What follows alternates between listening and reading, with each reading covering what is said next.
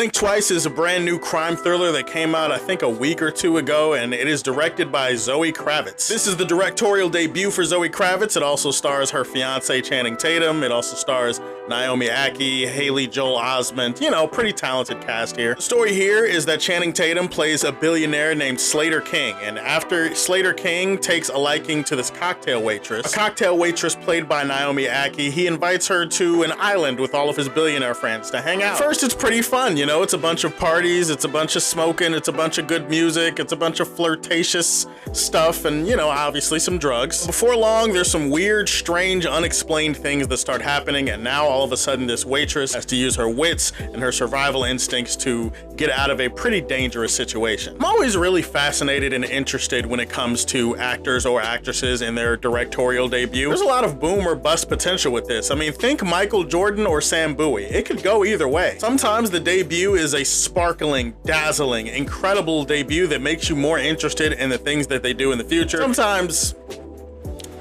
it's the complete opposite of that. Blink Twice, as far as like a directorial debut, is a pretty solid outing, and I am pretty interested in what Zoe Kravitz has to offer behind the camera going forward. Camera work is one of the strongest aspects of her directorial debut. You can tell that whoever was shooting this movie, whoever was directing this movie, had a real passion and a talent for it. You can tell that they really cared a lot about all the little intricacies and details that go into every shot. It's kind of a Barry Jenkins type of flavor here, where she focuses a lot on close-ups, specifically the eyes, and then she sometimes has different shots focusing on the feet and the legs. More importantly, it feels like not a single frame is wasted. It feels like everything that goes into the making of these shots was with a purpose, and it definitely served a purpose, and it definitely pushed the characters and the story further along. When it comes to the characters, you have a hodgepodge of different people, some of whom feel like weirdos and eccentrics, and some people who just feel like they're in the wrong place at the wrong time. Zoe Kravitz definitely brought some really good work. She really pushed these performers to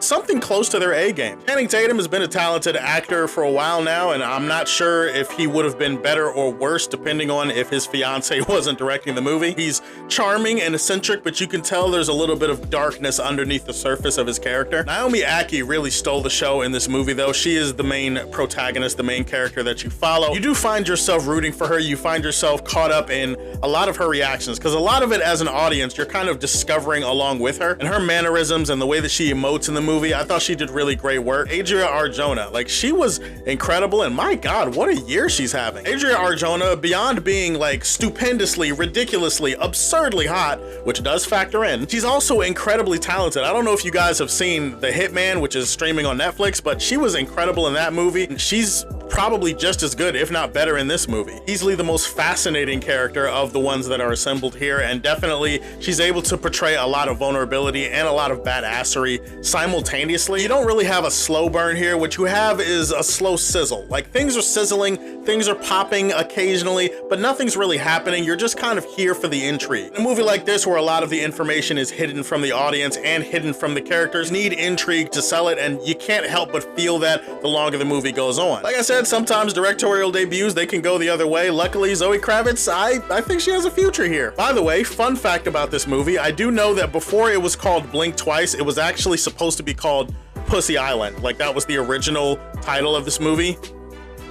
Take from that what you will. I've seen the movie, so I can take from that what I will, and what I will take from that is Zoe and some of the people behind this movie are wild as hell, and I'm not really sure that would have sold well to the general audience, especially considering what is in this movie. Now, when we get into the issues of the film, I think this is one of those movies that I was having a really good time with, and then the ending kind of just torpedoed everything about the movie. As we get into the third act of this film, characters really start making a lot of weird decisions and choices that don't really fit their characters and what's been established in the film to this point. Kind of takes me out of the movie a little bit when characters start making a lot of dumb, weird choices in order to push the plot where they needed to get to. But you know what? I probably would have forgiven that. I would have been okay with all of that if they had actually nailed the landing, and instead the landing that they tried here in this movie feels like a leg was broken in the process. I don't like the ending. It felt kind of intellectually dishonest, and it just felt like within the context of the story they're telling, it just didn't really fit the story that they were telling here. I think one of the bigger issues with this is the way that they don't really fill in some of the gaps when it comes to the backstory of the main protagonist. If they had done this, if they had fleshed out some of these characters a little bit better,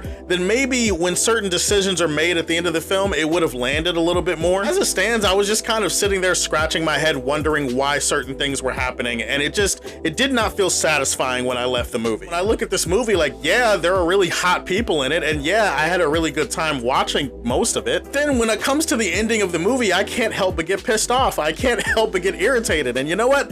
That affects the watchability and that affects the rating for the movie. But overall, that ending was a 2-pack of ass. I am going to leave this movie in the Fortress of Solitude. Still not a bad debut for Zoe Kravitz. Definitely interested in future projects from her. All right, guys, have you seen Blink Twice? Tell me, what did you think about it in the comment section below? Also, what's your favorite Zoe Kravitz movie and what's your favorite Channing Tatum movie? Go ahead and put that in the comment section too. Please like and subscribe to the Superfan Show, and if you like what you see, tell me how you feel and stay tuned to hear more from the Man of Steel.